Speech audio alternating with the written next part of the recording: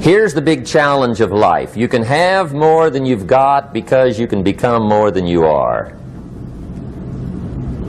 That's the challenge. And of course the other side of the coin reads, unless you change how you are, you'll always have what you got. I have found in my experience that income does not far exceed personal development. Now sometimes income takes a lucky jump, but sure enough, unless you grow out where it is, it'll usually come back where you are. Life has strange ways. If somebody hands you $1 million, best you become a millionaire quickly, so you get to keep the money. Otherwise, sure enough, it'll disappear. Somebody once said, if you took all the money in the world, divided it up equally among everybody, it would soon all be back in the same pockets. Incredible. Success is something you attract, not something you pursue. Success is looking for a good place to stay. So instead of going after it, you work on yourself. Personal development.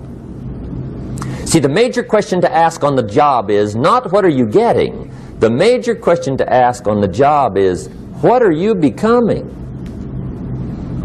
See, the big question is not what am I getting paid here. The big question is what am I becoming here? Because true happiness is not contained in what you get. Happiness is contained in what you become. So that's our major subject for tonight, personal development. Of all the assignments Mr. Schoaf gave me at age 25, this was probably the most difficult. In fact, I'm still working on this one. I think it's an unending challenge to see what you can become. The next subject is called basic laws. And it's good to study the basics. And I call these basics primarily because they come from the Bible. Now, I'm not a theologian or a minister, and that'll be apparent. But Mr. Schoaf taught me that the Bible was a good textbook for ideas and stories and success equations, how to live the better life. I found out that was true. He also taught me that the Bible is as practical as it is spiritual, and I found out that's true. If you look at your bank account and your income and you're not happy, there are several places in the Bible to check to see what the heck's wrong so you can make the changes. And we're going to cover some of those tonight, called basics. Okay, the next subject is my favorite, setting goals. Mr. Schoaf taught me how to set goals. What a favor that was. One morning at breakfast, shortly after I met him, he said, Jim, let me see your current list of goals and let's go over them and talk about them. He said, maybe that's the best way I can help you get a better direction started. And I said, I don't have a list. He said, well, is it out in the car or home somewhere? I said, no, sir. I don't have a list anywhere. He said, well, young man, that's where we got to start. He said, I can tell you right now, if you don't have a list of your goals with you, he said, I can guess your bank balance within a few $100s. Which he did. And that got my attention. I said, you mean my bank balance would change if I had a list of goals? He said, drastically. That day I became a willing student how to set goals. And sure enough, learning how to set goals changed my life. And I often wondered why no one had ever taught me how to set goals up until age 25. I went to high school, but if they offered it, I missed it. I went to college for a year, never heard it. I worked for Sears. Really. And to my knowledge, Sears never taught it. Right? How to set goals. So here I am, age 25, married, my family's starting, I've been to college, I'm working, and I still don't know how to set goals. But fortunately, when I was 25, I met the man who taught me how, and it revolutionized my whole life. Economically, socially, personally, it's incredible. So I want to share with you tonight what Mr. Schoaf shared with me, how to set goals. It can be a life changer. Okay, the next subject is the negative part of the seminar. Life is part negative, so we got to talk about the negative. And this subject is called diseases of attitude. Diseases of attitude. There's a lot of things that can wreck your chances to do well. We live in a rather dangerous world, so you got to be not only wise, you got to be careful. Now, attitude diseases are just as bad as physical diseases, right? High blood pressure, heart trouble. I mean, a lot of things lace your chances to do well. So you've got to be careful. And attitude diseases are deadly.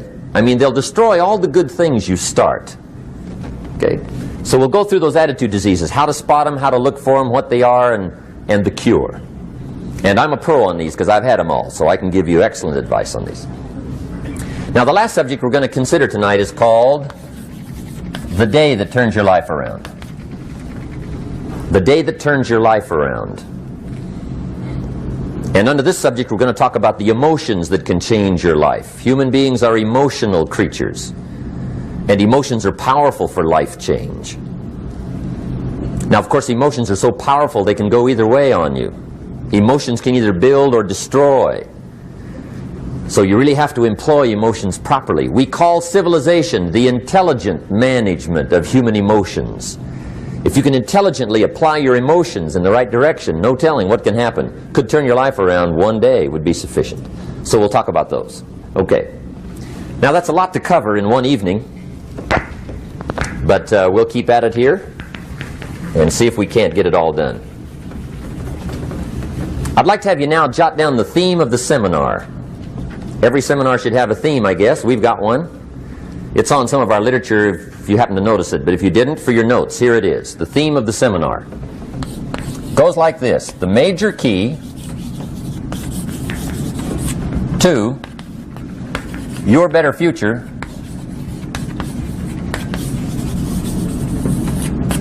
is you. That's the theme of our seminar tonight. The major key to your better future is you. And I'd like to have you underline two words just to give it some added punch. Underline the word major and the word you, so that it reads, the major key to your better future is you. Now, my first suggestion is transfer this to a card or something where you can put it up, where you can see it every day. Preferably put it up where you can see it at the beginning of the day, before you go off to put the day together. This is a good phrase just to glance at, to keep in mind as you're putting the day together. It's called the silent seminar. If you'll just let this talk to you during the day, I found it to be tremendously helpful. The major key to your better future is you. For a big share of my life now, I didn't have this one quite figured out, among a lot of things I didn't have quite figured out. Many things used to puzzle me back in those early days. I used to wonder why two people could work for the same company, one make twice as much money. Now see, that used to puzzle me. And maybe they were the same age, graduated from the same school, live in the same community, work for the same company, with the same products and the same services. They've got the same traffic, the same problems, and one makes $1,000 a month, the other one makes $2,000 a month. Now that was my puzzling question. Why would this long list be the same and the money twice as much? I asked, what's the difference between $1,000 a month and $2,000 a month? And I don't mean $1,000 a month, right? I could figure that out. But what makes the difference? Why would one person do twice as well, 3 times as well? Speaking economically. Now I know there's more than one way to do well. I understand that. But in this little narrow area called compensation, what's the difference? Well, back then, with my faulty thinking, I'm trying to reason it out. I thought, well, maybe time makes some of the difference, right? Some people do better because they have more time. I used to say, Harold ought to be able to do well. He's got a lot of time. If I had all of Harold's time, I could do well. Now, that's got to be dumb, right? Number one, you can't get somebody else's time. A guy says to me one time, he says, you know, if I had some extra time, I could make some extra money. I said, then forget it. There isn't any extra time. Hey, when the clock strikes 12 midnight, that about wraps it up, right? I mean, you can look around the gongs there for a little more, but it's over. You say to the guy, what are you doing? He says, I'm looking for extra time. See, they'll come and take you away, right? There isn't any more time.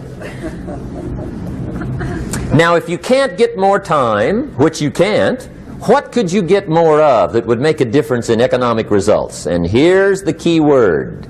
Make it a part of your notes. We're going to consider it tonight. The word is value. And I have a little phrase for your notes. Value makes the difference in results. Value makes the difference. You can't get more time, but you can create more value.